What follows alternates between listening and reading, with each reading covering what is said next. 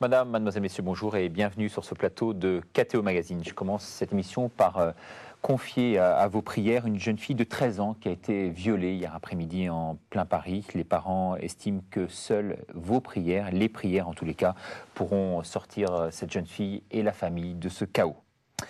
Perte de valeur, crise de la foi, la transmission aujourd'hui entre les générations ne va plus de soi.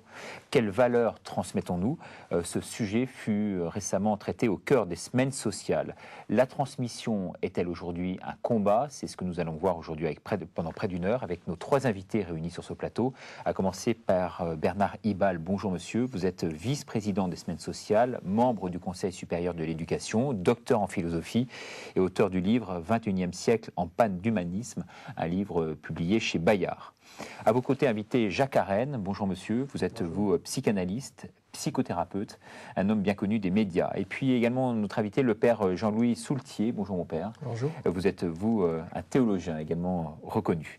Tout de suite, ce que je vous propose en début d'émission et en préambule, c'est de visionner ensemble un reportage tourné sur ce sujet. Il est signé Marwin Verret. Aujourd'hui, beaucoup d'instants partagés en famille se font devant la télévision. Médium d'influence, la télévision est même devenue le bouc émissaire de la crise de transmission que traverse notre société. Pour Michel Souchon, jésuite et ancien directeur des études de France Télévisions, c'est accorder trop d'importance à ce média. On ne peut pas espérer que la télévision compense, par exemple, les difficultés du monde du travail, les difficultés de l'institution scolaire, les difficultés que rencontrent les jeunes dans des familles recomposées avec toutes les... etc. La télévision, de ce point de vue, est reçue par des gens qui ont leurs difficultés et la télévision ne résout pas ces difficultés. Je crois que malheureusement, la télévision ne compense rien. C'est une des vocations du monde associatif de pallier aux réelles difficultés rencontrées par la société. Jean-Baptiste Spagnol est salarié du Secours catholique. Son leitmotiv, rester ouvert à l'autre. Je pense que chaque génération est en recherche de transmission. Mais comme elle ne se fait pas, il peut y avoir un repli sur soi qui justement après fait obstacle à ce passage. Il faut être présent aux gens, il faut être bien soi-même dans sa peau et puis il faut aller vers l'autre quand bien même nous on n'est pas, on aurait pu manquer de cette transmission justement. Par exemple au Muro, le Secours catholique, il fait un travail sur les enfants de 3 à 6 ans.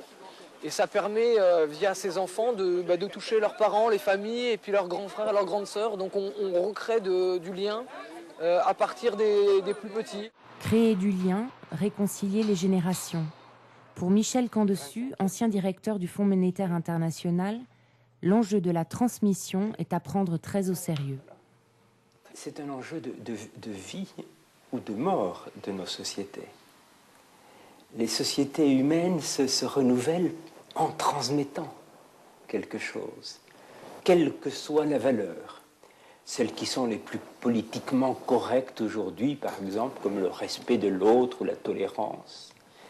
Ces valeurs n'ont une chance de survivre que si elles sont reçues par des libertés, par des gens qui puissent les rejeter, leur dire non, et qui acceptent la main du passeur pour ensuite leur donner vie autrement. Le passeur est quelqu'un qui doit inspirer suffisamment confiance pour que quelqu'un accepte de saisir la main qui lui tend en prenant le risque de sauter l'abîme. Nous sommes en face à un abîme et nous savons qu'il n'y a de vérité et de vie que sur l'autre rive. Eh bien, il nous faut des passeurs.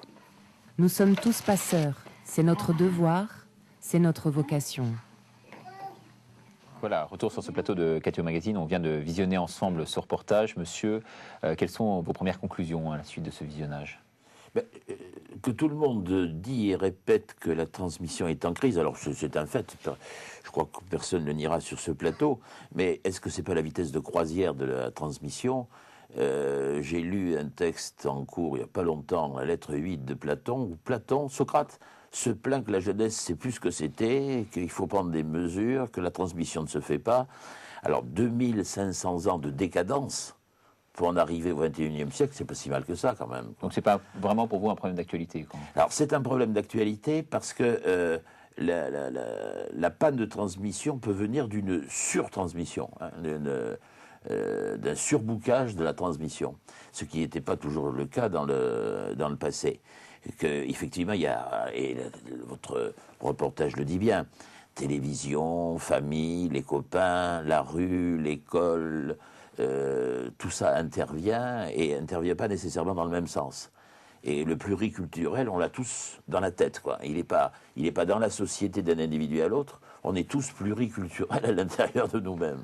Jacques Arène ? Moi, j'aurais tendance à penser, effectivement, il y a toujours eu un drame de la transmission. On peut dire, il y a quelque chose de conflictuel et de parfois tragique dans la transmission, parce qu'il y a deux personnes en cause, et avec une relation assez dissymétrique. Mais il me semble qu'aujourd'hui, puisqu'il était parlé du transmetteur ou du passeur, il me semble qu'aujourd'hui, il y a une beaucoup plus grande angoisse dans la posture des transmetteurs, hein, il me semble. Moi, je le vois, alors les transmetteurs que je suis amené à voir, c'est notamment des parents. Hein.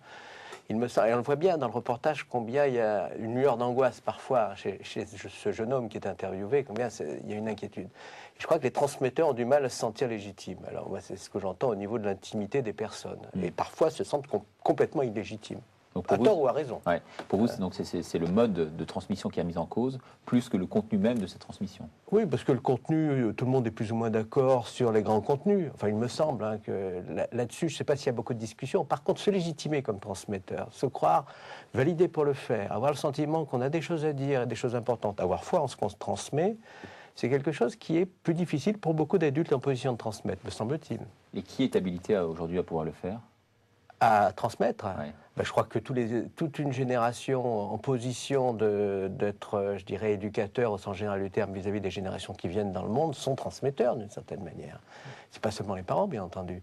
Et je crois qu'on a une conception de la relation entre les générations maintenant qui est une conception un peu coupée. D'ailleurs, c'était un peu dit dans le reportage. Beaucoup d'adultes ont le sentiment qu'une partie des jeunes peuvent se construire eux-mêmes ou ont à se construire en partie eux-mêmes. Et je crois qu'il y a une tension d'ailleurs à ce niveau-là. C'est peut-être plus la faute de notre génération que de la génération qui arrive, parce que nous, en 68, je l'ai vécu, et pas en opposant, je l'ai vécu, c'est de dire d'où parles-tu ? C'est-à-dire qu'on a mis en cause la légitimité de celui qui parle. Quoi. D'où parles-tu ? Qui t'a fait roi ? Et on est les seuls à l'avoir intériorisé, parce que personne ne nous conteste la légitimité. On se l'auto-conteste, cette légitimité. Et on a créé peut-être un désert de transmission parce qu'on n'osait pas imposer, on n'osait pas dire. Quoi. Donc tel père, tel fils, ce fameux adage finalement aujourd'hui n'est plus vérifié. Il n'est plus à vérifier, d'autant plus que, comme le dit l'Évangile et le Christ lui-même, il est difficile de mettre du vin nouveau dans de vieilles outres, et c'est un peu ça le problème de la transmission. Hein. Les vieilles outres, c'est moi, quoi. Hein. Le vin nouveau, c'est la vie qui est en train d'arriver. Et la transmission, c'est jamais un clonage. Hein. C'est difficile de mettre du vin nouveau dans les vieilles outres, elles explosent. Quoi. Ouais. Donc pour vous, cette période de rupture qui a eu lieu est salutaire ? Je crois, oui. Ce qui n'empêche pas de dire quelque chose pour que les autres puissent se situer par rapport à ça. Quoi. Ouais. Alors votre réaction d'abord, mon père, par rapport au reportage ? Bien, ce qui me frappe dans ce reportage, c'est à la fois la prise de conscience de tous ceux qui ont été interviewés de l'aspect assez tragique, voire dur, de cette rupture de la transmission, et d'un autre côté, une certaine sérénité chez eux. À la fois la sérénité qui tient au fait que ces gens ont trouvé des procédures pour faire face. Proximité dans la rue, à l'intérieur d'une association comme le Secours catholique, la notion de passeur en disant bon, maintenant, il faut mettre en place des procédures pour réinitier un processus qui est en panne. Bon, peut-être un diagnostic plus interrogatif dans la première interview de Michel Souchon sur les médias ne peuvent pas combler la panne qu'il y a. Bon.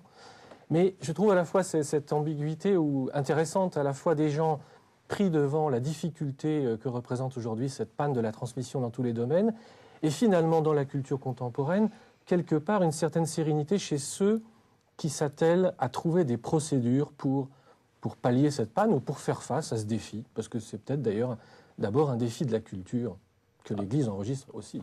Alors de nouvelles procédures, mais sans savoir réellement si ces voies mènent au but. Finalement. Oui, c'est un peu la figure du passeur. Le passeur fait passer, il ne sait pas ce qui se passe sur l'autre rive, mais il a fait passer. Ouais. Pourquoi les semaines sociales ont-elles choisi cette année ce thème qui a été débattu D'abord pour une raison très très pratique et pragmatique, ça faisait 4 ou 5 ans que les semainiers nous le demandaient. On donne un questionnaire à chaque session et il y a 600, 700 personnes qui répondent. Et la transmission arrivait en tête plusieurs fois, mais on ne savait pas tellement par quel bout le prendre. On a un petit peu attendu. On a attendu en particulier le 100e anniversaire.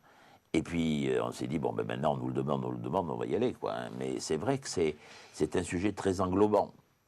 Et on voit bien les forums. Les forums, c'est la société tout entière, les forums, quoi.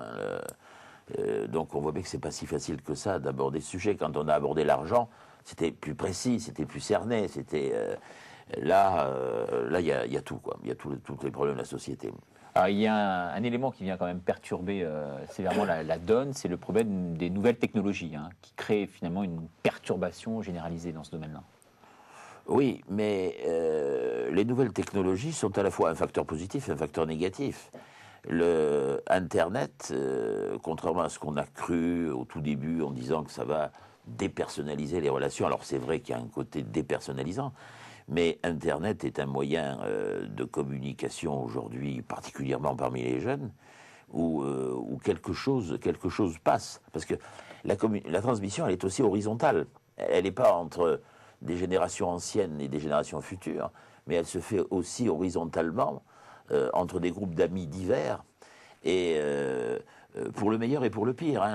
L'altermondialisme, qui a des idées excellentes et généreuses, s'est construite non pas autour d'un leader homme, c'est la première fois que dans l'histoire un mouvement se constitue sans chef, parce que Internet est là. Et plus négativement, pour les banlieues ces temps derniers, la communication s'est faite par Internet. Donc, la transmission, elle est une technique au départ. Même si c'est de la parole de quelqu'un à quelqu'un, c'est le contenu de la transmission qui fait problème. Alors, Jacques, précisément sur ces deux volets, d'une part la technologie et secondo sur cette transmission à la fois horizontale et verticale. Disons que pour moi, enfin, je ne suis pas spécialiste des nouvelles technologies. Je pense que les nouvelles technologies, on en fait ce qu'on veut en faire. Elles sont neutres en elles-mêmes. Il me semble que je dirais qu'il y a tout ce monde du virtuel qui n'est pas lié à la technologie en elle-même, mais qui est peut-être aussi lié à la culture moderne, d'une manière assez complexe, qui fait qu'une partie des jeunes, peut-être des moins jeunes d'ailleurs, ont tendance, pour une part, à s'enfermer quand ça va mal, quand il y a difficulté, à s'enfermer dans un monde un peu autarcique. Et je crois que quand il y a des dérives, c'est de ce côté-là que moi, en tant que psy, je vois les choses. C'est-à-dire, je vois des jeunes qui restent enfermés dans des jeux ou dans des combinaisons plus ou moins larges de jeux et de consommation de produits divers. Et donc là, effectivement, il y a par rapport à ce monde-là, de l'image, du virtuel, des jeux, peut-être un danger, mais ce n'est pas les nouvelles technologies en tant que telles. C'est aussi un sentiment de solitude, d'isolement. Solitude, je crois que c'est aussi la société des individus, c'est aussi un certain rapport à la culture et au collectif, qui est complexe d'ailleurs, parce que comme ça a été dit, le groupe aussi a son importance. Mais c'est vrai que les nouvelles technologies peuvent être utilisées dans le sens d'un repli. Et puis je dirais, il y a effectivement un changement du mode de transmission. Je pense que la crise dont on parle, c'est la crise de transmission verticale, hiérarchique, entre générations. Que quelque chose qui se passe plus à l'horizontale est beaucoup plus privilégié aujourd'hui. D'ailleurs, de manière assez complexe, parce qu'il y a toutes sortes de systèmes d'influence. Ça peut être le groupe des PR, PIRS, mais ça peut être aussi divers médias, divers modes, divers lieux culturels qui sont plus ou moins d'ailleurs hétérogènes et conflictuels, et qui font qu'il n'y a pas d'unité dans la vie des jeunes à ce niveau-là. Et donc, mais c'est vrai que la crise, pour moi, c'est la crise de la transmission verticale, c'est-à-dire c'est la crise d'un rapport aux générations où les générations précédentes ne se sentent plus à même d'être pourvoyeurs de futur pour ceux qui viennent. Et en disant, au fond, oui, entre eux, ils y arriveront bien d'une manière ou d'une autre. Il y a quelque chose qui se crée là, est-ce qu'on a à y participer, nous? Alors, face à ce problème de crise de la transmission verticale, vous pensez que cette transmission aujourd'hui emprunte peut-être des chemins un peu moins banalisés que ce fut le cas dans le passé? Oui, moins institutionnalisé aussi, moins cadré par la culture, ce qui pose un certain nombre de questions, je crois. Et ça, c'est pas seulement... Là, on voit bien le côté des deux acteurs, hein, le récepteur et celui qui reçoit. C'est-à-dire qu'il y a une difficulté vis-à-vis des institutions transmetteuses, même la famille en tant qu'institution, c'est-à-dire légitimée par la culture, qui est un vrai problème de la part des parents et de la part des enfants. Ce n'est pas les enfants seulement qui rejettent l'institution. On a beaucoup parlé des banlieues là, cet automne. C'est pas seulement les enfants, mais aussi les familles, et pas seulement les familles défavorisées, mais toute la société. Moi, je vois des gens très bourgeois qui ont un discours très anti-institutionnel, très anti-institutionnel, qui me disent mon fils est un petit génie qui est nul en maths parce que ses profs ne l'ont jamais compris. Enfin, ce genre de discours est continuel maintenant. Un discours de remise en cause de l'institution plutôt que le sujet lui-même. Peut-être que les institutions ont-elles failli, hein, ça, je ne dis pas le contraire. Mais c'est vrai qu'il y a une crise de l'institution par rapport à la transmission. Ouais. Crise de l'institution, bien sûr, qui touche au premier chef l'Église. Hein. Bien sûr, parce que ce qui se passe dans l'Église, c'est une vraie répercussion de ce qui se passe dans la culture et dans la société. Donc il n'y a aucune raison que l'Église ne soit pas touchée elle-même par cette espèce de panne. Et en même temps, on le disait tout à l'heure, ce monde de médias est un monde qui met à disposition de la culture et des personnes une richesse incroyable. Aujourd'hui, on a accès à énormément d'informations, de connaissances, de réseaux de relations. Finalement, on pourrait aussi le voir du côté positif. C'est un monde très riche, peut-être même trop riche, qui demande à des sujets de pouvoir à un moment s'arrêter devant une telle richesse. Et si le théologien le regarde comme le monde de Dieu, c'est un monde que Dieu continue de créer. Et devant une telle richesse, d'en faire quelque chose, c'est-à-dire de s'y reposer quelque part. Je crois que de ce point de vue-là, l'Église a des propositions de ce point de vue-là. Je pense que, par exemple, la liturgie est un grand lieu de proposition où on peut récolter, je dirais, récolter la richesse du monde, s'y recueillir pour être un sujet justement qui apprend à se construire dans une exubérance d'un monde finalement, faut-il dire trop riche, très riche et peut-être passionnant. Ouais, donc savoir s'arrêter, c'est ce que propose l'Église. Oui, s'arrêter dans un cadre qui remet devant Dieu, à l'écoute de la parole, ensemble, avec des gens qu'on n'a pas choisis, pour que ce monde extrêmement exubérant et riche devienne un lieu de construction, un lieu où on apprend à se situer les uns par rapport aux autres, et non pas un monde qui nous éclate de toutes les manières. Mais vous disiez tout à l'heure que la modernité va tellement vite, finalement, qu'en s'arrêtant, on n'aura pas, finalement, au bout du compte, un temps de retard sur l'ensemble. Oui, mais ce n'est pas un arrêt, je dirais... C'est pas une marche. C'est pas un arrêt chronologique, c'est une espèce d'arrêt de nouvelle intériorité, si vous voulez. C'est un arrêt dans l'intériorité, c'est pas arrêter le cours de l'histoire. Je pense que la proposition de l'Église de faire entrer dans la prière, de faire entrer dans la liturgie, j'aime beaucoup le mot recueillir. Se recueillir, c'est aussi recueillir la richesse d'un monde que Dieu fait. Et donc ce n'est pas arrêter le temps, c'est d'une certaine manière goûter ce temps que Dieu propose. Alors mon père, j'ai une mauvaise nouvelle à vous annoncer, c'est ce sondage là, paru récemment et qui a interrogé les Français sur la transmission des valeurs et qui dit que 4% seulement des personnes interrogées pensent que l'Église a un rôle à jouer. Un sondage publié Pèlerin, je crois, par le Pèlerin. L'Église donc reléguée complètement en queue de peloton. Juste avant l'Église, il y a les médias qui vont guère mieux avec 6%. Qu'est-ce que ça vous inspire comme conclusion ? Ça m'inspire deux choses. Premièrement, je pense que parmi les Français et parmi les populations, ce qui n'est pas dénié, c'est que le Christ soit quelqu'un d'intéressant. Qu'on y croit ou pas, c'est quelqu'un qui a dit des choses intéressantes. Ce qui n'est pas dénié, c'est que l'Église ait à parler du Christ. Ce qui fait problème, c'est de savoir si vraiment l'Église met en contact avec Dieu. C'est ça le problème de la transmission. Et là, c'est cette troisième. Alors, je pense que c'est ça le défi. Il y a un doute, le sondage, je l'interpréterai comme ça, il y a un doute sur le fait de savoir si l'Église est capable de mettre en contact avec la vérité de Dieu. pas avec simplement une image, une représentation ou simplement un message doctrinal, mais avec la vérité de l'expérience de Dieu. De ce point de vue-là, je pense que le sondage difficile que vous nous rappelez nous met devant un grand défi, c'est-à-dire de savoir si, dans la tradition de l'Église, nous avons une proposition, comme on dit, la proposition de la foi, qui permette aux gens d'entrer dans une relation avec Dieu. Je pense que de ce point de vue-là, la crise de la transmission dont on parle interroge profondément le savoir-faire de l'Église dans sa capacité, non pas à transmettre des valeurs, mais à mettre réellement en contact avec le Dieu vivant et vrai, dont je pense que la très grande majorité des gens, pour ne pas dire tout le monde, en pressant le secret dans sa vie. Mais qu'est-ce que concrètement vous préconisez en la matière? Parce que ça reste assez théorique. Mais vous voyez des choses qui se réalisent. Il y a des événements importants depuis 25 ans dans la vie de l'Église qu'on peut analyser sous une forme historique, sociologique, tout ce qu'on veut, mais on peut les analyser d'un point de vue spirituel. Que des millions de jeunes fassent des démarches internationales, soit au pèlerinage de Thésée, soit au JMJ, ce n'est pas seulement pour suivre un chef, c'est parce que quelque chose de leur intériorité et de leur secret intérieur est rejoint par une proposition ecclésiale. Que des jeunes générations passent beaucoup de temps dans des monastères pour venir s'y recueillir, comme on dit, c'est aussi la recherche d'une intériorité qui veut être en contact avec Dieu. Que des gens retrouvent le chemin de l'Eucharistie, comme on dit, les recommençants qui, après une interruption de 20 ou 30 ans vis-à-vis de la pratique de l'Église, retrouvent l'Eucharistie non plus comme une obligation, mais comme le lieu où quelque chose leur parle, parce que quelque chose de chrétien s'approche d'eux et réveille peut-être ce qu'ils pressentent depuis longtemps et qui vibre en eux depuis longtemps. On pourrait faire une liste assez longue de cette espèce de palpitation, je dirais peut-être pré-chrétienne dans la vie de nos contemporains, mais qui est tout à fait ouverte et disponible à ce que s'approche quelque chose de chrétien et qui est ce que doit faire l'Église. Le fait que l'Église ne représente pas finalement l'écho à cette transmission de valeurs, pour vous, ça signifie quoi?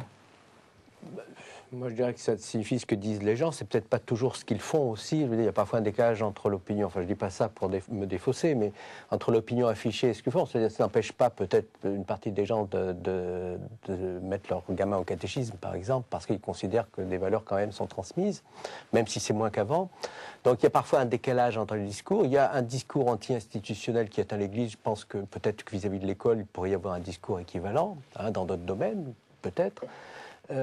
Mais je pense aussi que ça correspond à une certaine vision de l'Église et des institutions. C'est-à-dire que par rapport à cette demande, parce qu'il y a une demande de transmission de la foi et d'autres choses de la part des générations montantes, mais aussi de la part des adultes en charge, il y a une réponse institutionnelle assez classique qui existait auparavant, qui semble inadéquate maintenant.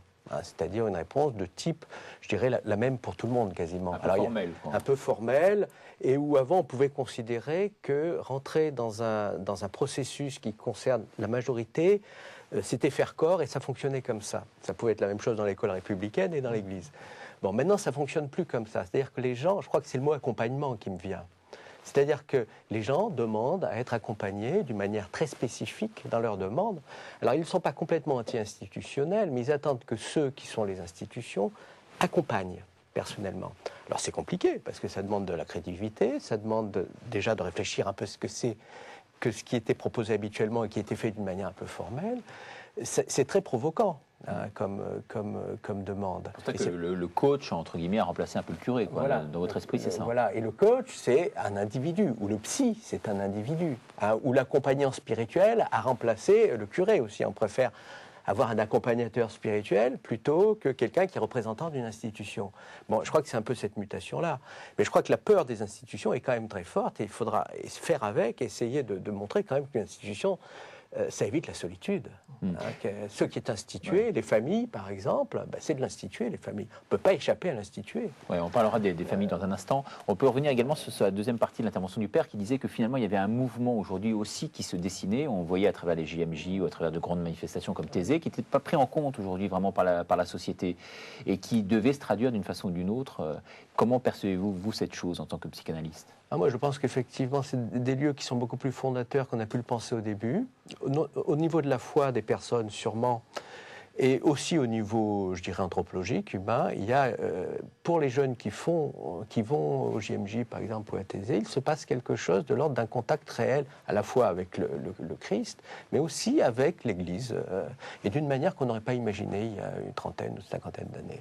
Et je dirais même dans d'autres lieux, je vois comment les jeunes dans des lieux plus laïques, des rassemblements, des choses comme ça, ou la musique, trouvent quelque chose de faire corps, dans des lieux ponctuels comme ça. Bon, je crois que le problème, si vous voulez, c'est la suite. C'est-à-dire que moi, je pense que ça a un vrai sens, que c'est important. Moi, je l'ai vu chez certains jeunes, c'est important pour eux. Et en même temps, il y a toujours ce côté intermittent. C'est-à-dire qu'ils ont parfois ce sentiment de ne pas arriver à incarner les choses dans la durée. Et il y a toute une jonction à faire pour eux-mêmes, d'ailleurs. Le sentiment que les choses ont du mal à trouver une inscription. Mais je crois que personne n'a trouvé encore la recette pour ça, il me semble. Ça, je ne parle pas seulement au niveau de l'Église, en général. Je vous en prie. L'Église du présent n'a pas encore un écho historique, mais on est encore sur l'Église du passé des dernières décennies et qui a tenu un discours très souvent très sécularisé, un peu répétitif d'une morale courante, l'homélie reprenant ce qu'il est correct de penser, sans que ça ajoute grand-chose. Je parle de l'homélie, je ne parle pas de la liturgie en général. Et aujourd'hui, on est stupéfait, ne serait-ce qu'aux semaines sociales. L'an dernier, par exemple, pour un exemple récent, de voir des jeunes venir, et nous on pense qu'ils viennent, c'est légitime qu'on le pense, aux semaines sociales, mais qui réclament des lieux de spiritualité. On a mis en place géométriquement, géographiquement, un lieu de spiritualité au sein de la session de Lille. Eh bien, il a fallu l'agrandir et l'agrandir chaque jour, parce qu'il y avait une foule immense qui débordait largement les lieux qu'on avait prévus. Il y a plusieurs demeures dans la maison du Père. Je ne pense pas que tout soit spiritualité au sens mystique du terme. Mais elle y est, cette maison, et je crois que les jeunes ont besoin, il faut les écouter, quoi. La transmission, c'est d'abord une écoute. Ils ont besoin de se sentir aimés et de se sentir accompagnés, de sentir une présence qui les réhabilite et qui réhabilite l'homme en général. Et l'Église est dans ce discours aujourd'hui, mais bon, il n'est peut-être pas assez ancien pour qu'il ait encore un écho de transmission. Alors, on peut revenir encore à ce sondage une dernière fois pour vous dire que finalement, c'est la famille qui tire son épingle du jeu, puisque 9 personnes sur 10 considèrent qu'elle est le berceau naturel des valeurs, d'autant plus appréciée qu'elle n'a aujourd'hui plus rien d'autoritaire en matière de valeurs. Donc rien n'est jamais acquis, mais la famille aujourd'hui est au cœur de ce dispositif. Et c'est vrai que l'Église, et notamment par la voix de Jean-Paul II récemment, a mis vraiment la famille très en avant. Oui, tout à fait. Je pense que c'est presque naturel, si j'ose dire, que la famille, qui est le plus proche de chacun de nous depuis la petite enfance, soit le lieu qui reste, si on veut, dans lequel il se passe encore un certain nombre de processus de transmission réelle. Oui, mais vous dites c'est naturel, mais d'un autre côté, on voit que la société, notamment les politiques, battent en brèche cette famille aujourd'hui, qui est cassée dans tous les sens. Peut-être que c'est encore une fois le problème de la modernité et de la panne de la transmission, c'est de savoir apprécier ce qui se passe. Et aujourd'hui, ce n'est pas seulement une panne de transmission, c'est une panne d'interprétation de la transmission. On le voit bien. Alors, ce n'est pas sûr que les politiques arrivent toujours à percevoir ce qui est comme enjeu social, anthropologique et a fortiori spirituel dans cette crise, y compris qui joue dans les familles, mais qui reste quand même un lieu relativement favorable d'après les sondages. D'ailleurs, on ne veut pas quitter sa famille, ça c'est un autre problème, peut-être pendant longtemps. Je crois qu'il y a un vrai enjeu, de savoir aujourd'hui qui va pouvoir interpréter correctement et à combien il faut se mettre autour d'une table pour savoir apprécier les enjeux de cette panne de transmission. Pour ne pas absolutiser un lieu, un processus, un mécanisme, et ne pas donner non plus des réponses au coup par coup en croyant qu'on a résolu le problème. On est à l'échelle d'un enjeu, à mon avis, planétaire, de civilisation, de culture, et du point de vue de la foi, à un enjeu profondément spirituel. Avec le fait positif, me semble-t-il, c'est qu'aujourd'hui, bon, on insiste sur la crise et sur la panne, d'accord. Seulement, des choses se transmettent tout de même, parce que la société continue. Et donc, il y a un savoir-faire, il y a une habileté de nous tous à pouvoir manier sans trop le savoir, mais en sachant suffisamment quand même, un certain nombre de lieux, de pratiques, de procédures pour arriver quand même à ce qui est de l'éducation, à ce qui est une vie familiale qui tienne encore un peu debout, à ce que des sociétés se construisent, à ce que ça ne soit pas toujours le conflit et la guerre. Donc il y a quand même un enjeu, je trouve qu'il serait intéressant que nous nous mettions tous à décrire et à savoir interpréter comment nous nous y prenons tout de même pour que les choses arrivent, pour que la société tienne debout, pour que le lien social ne soit pas totalement défait, et mon Dieu, pour que la foi existe comme une vraie ressource spirituelle aujourd'hui. Je pense que ce serait intéressant. Je ne crois pas qu'il y ait quelqu'un qui ait le dernier mot sur cette question. C'est aussi un sujet qu'on n'aborde pas très souvent. Sur ce modèle de la famille aujourd'hui un peu éclaté, Jacques Arène? Je pense qu'elle est à la fois un peu éclatée, elle survit d'une manière remarquable aussi. C'est-à-dire dans ces vicissitudes et ces problèmes actuels, il y a quand même une survivance de la foi dans la famille qui est importante. Je crois que la plupart des gens, si on les interroge, sont plutôt monogames, désireux de rester longtemps avec leur conjoint et désireux d'avoir des enfants. Enfin, on est un peu dans ce registre-là, c'est un registre qui tient, qui est important. Je dirais que c'est aussi parce que... la moitié, parce que les chiffres tendent à malgré, prouver le contraire. Malgré les vicissitudes et les séparations, il y a un idéal de famille qui reste très prégnant. Et quel que soit le discours d'ailleurs sur la famille qui peut être pris par les uns ou par les autres, qui reste très présent au niveau des gens. Je dirais parfois... Vous disiez en marge de cette émission, justement, le risque de cette vision trop idéale, c'est qu'elle empêche précisément les gens d'agir. C'est-à-dire qu'il y a une vision aussi très idéale de la famille. C'est-à-dire qu'on a l'impression, on a une vision très conflictuelle. Et de fait, c'est vrai que la famille, aujourd'hui, est beaucoup moins conflictuelle qu'il y a de générations. Enfin, beaucoup plus démocratique. C'est-à-dire chacun a droit à la parole. Il y a une vision beaucoup plus égalitaire, ce qui pose parfois certaines questions par rapport à la transmission dans une certaine manière, dans un registre dissymétrique qui est inégalitaire. Il y a une forme d'inégalité dans la transmission, il y a une dissymétrie en tout cas qui se met en jeu. Donc une vision très égalitaire de la famille avec une vision parfois très conflictuelle. C'est-à-dire que les gens, quand ils vivent des difficultés, ont l'impression d'être nuls. Alors qu'il y a un registre conflictuel et parfois tragique de la transmission, j'emploie le mot à dessein, qui fait partie de la vie, que les générations qui viennent s'opposent aux générations d'avant, c'est un truc aussi ancien que Socrate et Platon. Il y a quelque chose là qui fait... C'est un tragique du fait que quand on est père, en général, on n'est pas trop compris par ses enfants. Alors attendre, enfin dans certains cas, dans les cas où il s'agit d'amener des données que les enfants n'ont pas envie d'entendre. Bon, il ne s'agit pas d'en faire quelque chose qui est de l'ordre de l'incapacité parentale. Je crois que les gens, maintenant, quand ils vivent ce genre de difficultés, ont l'impression d'être incapables. Parce qu'ils pensent que ça doit se passer sans conflit et que le conflit est un échec. Donc, je crois qu'il faut revenir à le fait que ces positions de transmission ne sont pas des positions évidentes et qu'on n'a pas de retour sur investissement immédiat. C'est-à-dire que essayer de faire passer un certain nombre de choses. D'abord, on peut se tromper, donc il ne faut pas non plus se prendre pour Dieu le Père. Et ensuite, ce qu'on essaie de faire passer, ça se fait au cours du temps, dans un temps important même, il faut se mettre dans le lointain. Et pourquoi je dis aux gens, mais vous savez, pour transmettre, c'est se mettre du point de vue du mort. C'est-à-dire qu'il y a parfois des résultats qui existeront quand on ne sera plus là. Et qu'on ne verra pas. Je veux dire, moi, je vois beaucoup de gens reconnaître un certain nombre de choses chez leurs parents quand leurs parents sont décédés. Et il y a des choses qu'on ne peut pas voir tout de suite. Et donc, ça rejoint le point de vue d'un téléspectateur là, qui nous livre une réaction et qui dit les parents pensent souvent à la transmission de manière trop formelle. Pourtant, après coup, même si le chemin pris par leur enfant n'est pas le leur, eh bien, ils s'aperçoivent de la portée de cet héritage. Donc même de leur vivant, ils arrivent quand même à mesurer certaines choses. C'est un travail à rentabilité différée.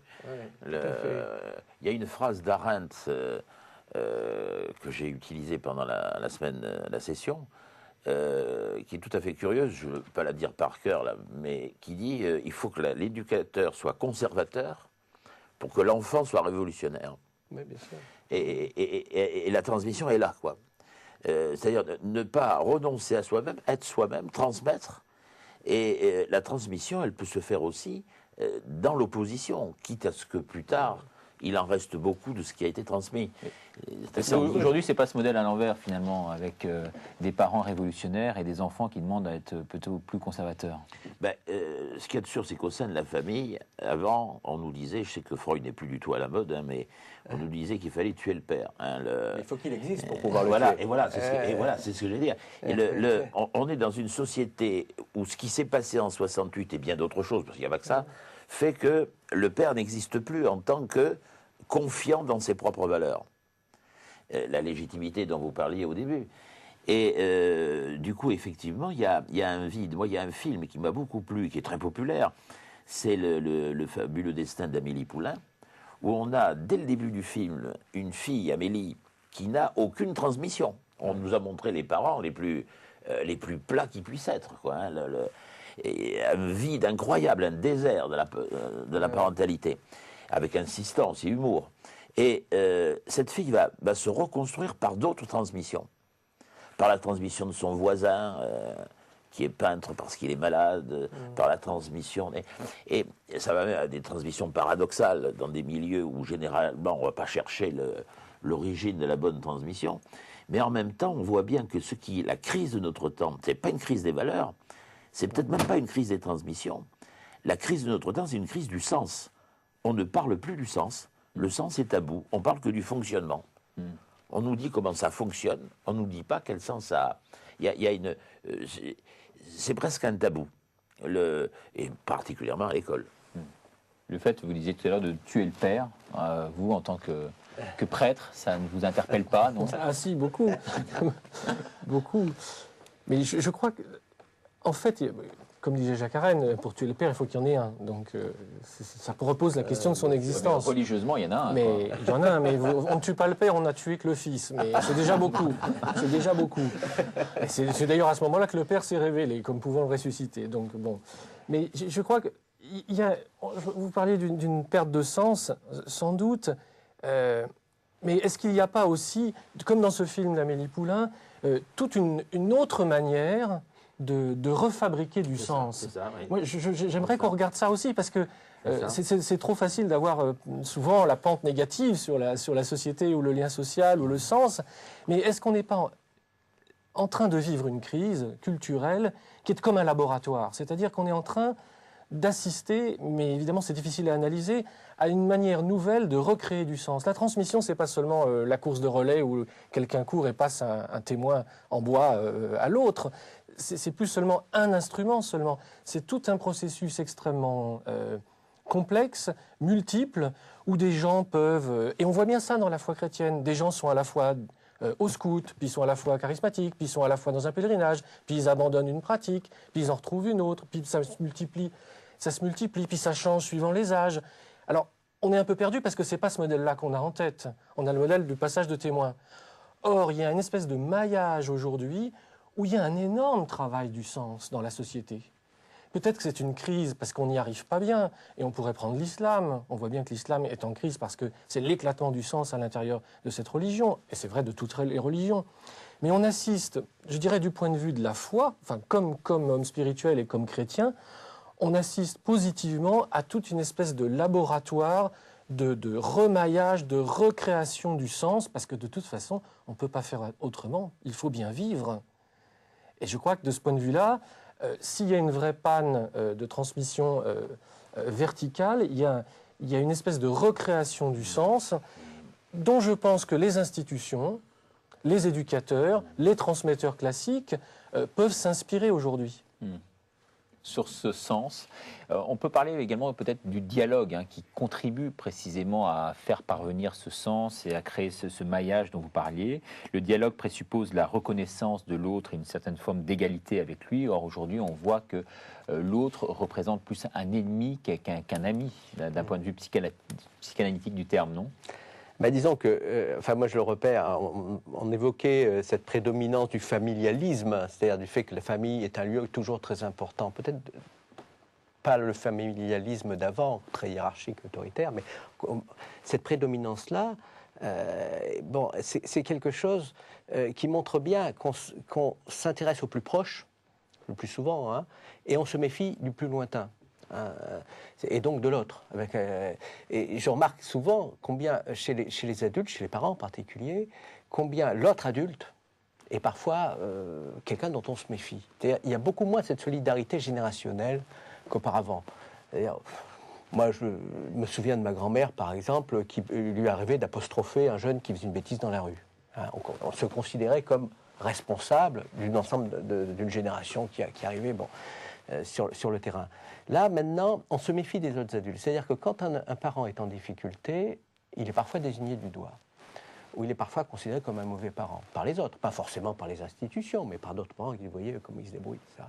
Et à l'inverse, des contacts entre parents par rapport aux enfants ou entre adultes de la même génération, elles sont complexes. C'est-à-dire, on voit bien entre enseignants, par exemple, les parents, combien il y a une difficulté, parfois une méfiance réciproque, qui avait beaucoup moins à une époque. C'est-à-dire que c'est sûr que ce côté très narcissique de la famille aujourd'hui, alors ça provoque des choses très intéressantes, parce qu'effectivement, il y a une espèce de travail de lien qui se fait au niveau des groupes informels, des travails de sens aussi au niveau des groupes informels, mais quand on n'est pas dans le même groupe informel, ça devient plus compliqué. C'est bien plus compliqué parce que l'autre, a priori, et dans la modernité, on est tous très, très exposés à l'autre continuellement, à rencontrer des gens qu'on ne connaît pas. Et bien, a priori, on s'en méfie. Il y a cette difficulté à considérer l'autre comme, je dirais, solidaire, notamment pour l'éducation, solidaire de ce qu'on peut vivre. Et le dialogue, d'ailleurs, on a raison d'y insister, vous avez raison d'y insister, parce que la transmission, elle se fait en fait concrètement dans la vie, sans le faire exprès. En double sens. Le reportage que vous avez fait passer tout à l'heure, le début du reportage, il y avait un jeune qui disait c'est les enfants qui ont recréé du lien social. Et puis pas les grands enfants, hein, les petits, c'est des enfants petits qui ont créé du lien social. Et je crois qu'on est toujours attentif aux valeurs qui foutent le camp, style, respect, travail, engagement, oh là là, c'est plus ce que c'était. Mais on ne voit pas les valeurs montantes. Par exemple, une conception très concrète et très forte du respect de la dignité de la personne humaine. Aucune idéologie ne vaut qu'on tue quelqu'un.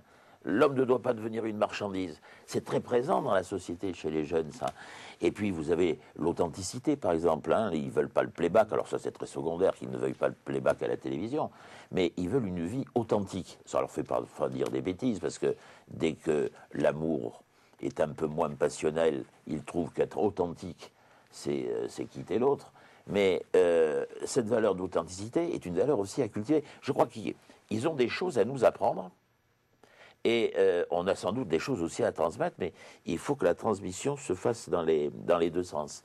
Et là, il n'y a pas à désespérer du tout, parce que les valeurs peut-être disparaissent, mais d'autres valeurs très puissamment naissent et sont présentes. Là, je ne parle même pas de l'écologie, dont on pourrait justement parler, quoi, hein.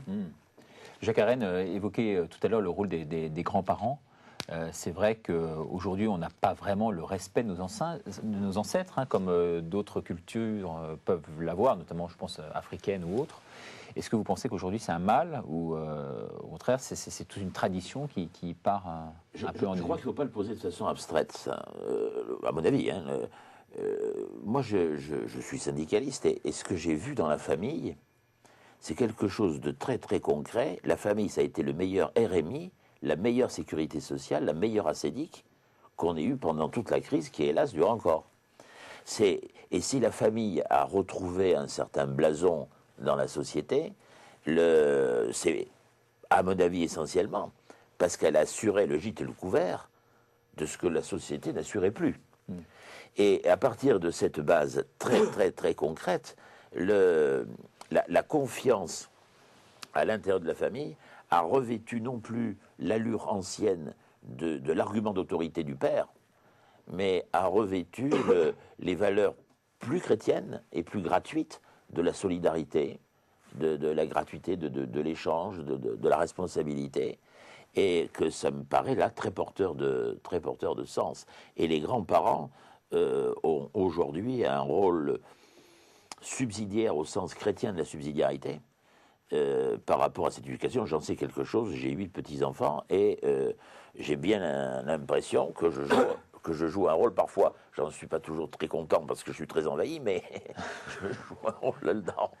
Ouais, avant de terminer cette émission, notamment par le rôle de la laïcité aujourd'hui, on peut revenir peut-être sur ces valeurs. Quelles sont finalement ces valeurs que l'Évangile défend? On sait très bien que c'est effectivement la gratuité, la faiblesse, l'intériorité, la durée, hein. Je suis toujours un peu gêné avec la question des valeurs quand on parle d'Évangile, mais... Pourquoi ? Mais parce que je pense que l'Évangile, c'est d'abord une personne dont on s'inspire, c'est le Christ. Et en s'inspirant de la personne du Christ vivant, alors on trouve dans les valeurs humaines une manière de les déployer de manière chrétienne. Je pense que l'Évangile, la première chose, c'est le Christ qui le dit, la première chose, c'est l'amour. Et l'amour n'est pas une valeur. c'est la condition de la vie. Donc, fondamentalement, c'est cela que les chrétiens ont apporté, à annoncer, à proposer. Je crois que, au fond, ça se réduirait à ça. Je ne sais pas si le reste est important, mais vous voyez, les valeurs, au fond, on peut porter des valeurs en n'étant pas chrétien. On peut porter des valeurs que les chrétiens sont prêts à partager en n'étant pas chrétiens. Simplement, la manière d'aimer dont le Christ a manifesté ce qu'elle était, jusqu'à donner sa vie pour tous, hein, je crois que ça, c'est autre chose que la dimension simplement des valeurs. Bien sûr, cet amour va inspirer des comportements. Bien sûr, cette manière d'être le bon pasteur qui donne sa vie pour ses brebis, ça impose un certain nombre de comportements. Mais je crois qu'aujourd'hui, alors pour le coup, pour cela, il y a une disponibilité de notre culture. Pour la vérité de cela, pour la vérité de l'amour qui vient de Dieu, il y a une disponibilité. Et on peut le toucher du doigt quand vous rencontrez des adultes qui découvrent la foi, alors qu'ils ne sont pas de tradition chrétienne et d'aucune tradition religieuse, et qui pressentent dans la démarche qui va les conduire au baptême, qui pressentent dans la proposition chrétienne qu'ils découvrent pour la première fois quelque chose qui les habite depuis toujours, et qu'ils savent être vrai. Il y a une espèce d'instinct qui les assure que c'est vrai, parce que c'est de l'ordre de l'amour. Bien sûr, ils vont comprendre qu'il y aura des changements dans leur vie. Ils le comprennent très vite, qu'il y a des choses qu'il faudra abandonner parce que ça les menait plutôt à la mort. Et je crois qu'on est à cette période-là de l'histoire et de la vie de la culture, et de la vie de l'esprit aujourd'hui. C'est pour ça que la panne de transmission, la crise de la culture, si vous voulez, c'est une crise dans l'histoire, inédite, parce qu'elle est relative à des choses qui ne se sont pas passées encore. Mais pour le chrétien, elle représente simplement le défi de montrer que la foi est capable de mettre en contact avec Dieu, et que Dieu, ce Dieu-là, il est amour. Vous ne faites pas partie, vous, de ces gens qui fustigent un peu le fait que les valeurs chrétiennes, à l'origine, aujourd'hui, sont réutilisées par d'autres et parfois dénaturées, dévoyées même? C'est le risque avec tout le discours des valeurs, avec toute valeur, d'être dévoyé. C'est toujours un risque. Et les valeurs, mon Dieu, qui font notre lien social, égalité, fraternité, liberté, sont des valeurs issues du judéo-christianisme. Qu'elles puissent être dévoyées par le mal et par de mauvais comportements, mon Dieu, ça existe depuis longtemps. Ça ne veut pas dire qu'elles ne sont pas signifiantes et que les gens n'y croient pas. Et ça ne veut pas dire non plus que leur source n'est pas profondément judéo-chrétienne. Ce qui me gêne surtout, c'est que, à côté de l'égalité et de la liberté souvent revendiquée, la fraternité passe souvent après quand on ose en parler. Dernière question donc, sur la laïcité, d'après vous, est-ce qu'elle a eu un rôle et un effet positif sur ce que vous disiez tout à l'heure, c'est-à-dire cet appel à la recherche du sens? La laïcité, c'est un morceau énorme, parce que la laïcité, c'est les lois de la République, c'est la philosophie laïque, ou c'est ce que chacun de nous a intériorisé, c'est qu'il y a une séparation entre le pouvoir, l'État et la vie des églises. Je crois que ce que je remarque, c'est qu'il n'y a pas de fête populaire de la loi de 1905. Il y a des colloques scientifiques, mais il n'y a pas de fête populaire. Ça veut dire que tout le monde a intériorisé la laïcité à la française. Ça veut dire qu'aujourd'hui, dans l'espace social français, on a appris à vivre la dimension religieuse de la foi dans la sphère publique, quoi qu'en disent ceux qui veulent la ramener à la sphère privée, dans un cadre laïque. Donc je ne vois pas aujourd'hui de grands problèmes autour de la laïcité. Il y a un côté positif et un côté négatif, pour reprendre ce que vous disiez. Et le côté négatif et involontaire de la laïcité, c'est qu'elle a fait taire la question du sens à l'école. Et du coup, l'école est devenue une machine à instruire sur le fonctionnement, que ce soit en physique, que ce soit en maths, en économie. Par exemple, en physique, on va savoir comment fonctionne tel ou tel phénomène. Mais on nous dit que l'origine, c'est le Big Bang. Et personne ne se pose la question de la cause du Big Bang et de la cause du Big Bang. La question du sens est interdite. En économie, on va vous parler du fonctionnement de la monnaie, etc. Mais pourquoi la croissance? La croissance, pourquoi faire? On ne pose pas la question. Le sens est toujours tabou. Mais en revanche, ce qui est très positif du côté de la laïcité, c'est qu'aujourd'hui, la laïcité a changé de sens parmi ses plus grands promoteurs, Bergogneau, Edgar Morin. Edgar Morin qui dit « La laïcité, c'est le questionnement ininterrompu sur le sens ». Eh bien, si la laïcité est le questionnement ininterrompu sur le sens, alors on va vraiment dans le bon chemin de la transmission, et on va dans la vraie transmission, c'est-à-dire non pas dans l'imposition d'un sens, car vous savez que le sous-titre de notre semaine sociale qui a eu lieu, c'est partager des valeurs mais susciter des libertés, c'est-à-dire qu'on n'impose pas. Et la laïcité, en se définissant comme questionnement ininterrompu sur le sens, selon Edgar Morin, correspond tout à fait à ce qu'il faut attendre d'un retour vers le sens. Et ce que vous disiez tout à l'heure est très très vrai. Non seulement le sens n'a pas disparu, mais du fait qu'il y a un déficit ressenti, aucune autre génération que celle-là a autant pensé qu'il y avait un besoin de sens. De rétablir. De rétablir le sens. Ouais. Oui, excusez-moi. Le grand changement, en vous écoutant, le grand changement, c'est quand j'étais à l'école dans les années 60, à l'école de la République, le matin, l'instituteur nous faisait écrire morale. Et il nous dictait une phrase de morale. J'allais au catéchisme le jeudi matin, c'était la même morale. Sauf qu'à l'école publique, il n'y avait pas le mot Dieu, et au catéchisme, il y avait le mot Dieu. Mais ce qui s'est passé après les années 70, c'est que c'était plus morale, c'était instruction civique. Et là, on a bien vu le pluralisme arriver, et la difficulté pour l'école de pouvoir transmettre des leçons de morale. On n'a plus que transmis que les fonctionnements de la société et l'instruction civique. Voilà. Et du coup, ça signifie bien que la crise, à ce moment-là, de la transmission arrivait, c'est-à-dire un monde extrêmement pluraliste dont la pluralité des valeurs était irréconciliable. Et en refusant le sens des autres sociétés. Parce qu'on refuse d'enseigner le fait religieux. Je ne dis pas qu'il faut enseigner le catéchisme à l'école. Moi, je suis professeur à l'école publique. Mais je conçois tout à fait qu'on n'enseigne pas le christianisme comme catéchisme dans les cours. Mais en revanche, enseigner l'islam, enseigner le bouddhisme, pour que les gens se comprennent. Et pourquoi c'est encore tabou, ça?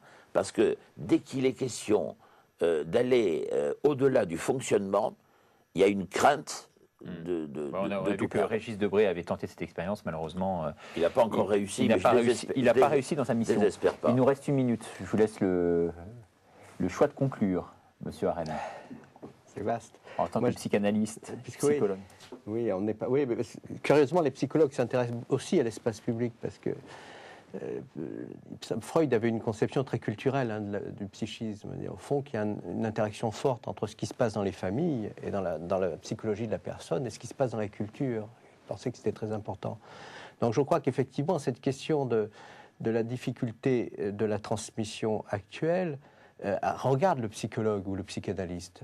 Alors il me semble, moi, qu'il y a une tension entre deux éléments. Une tension entre, la tradition.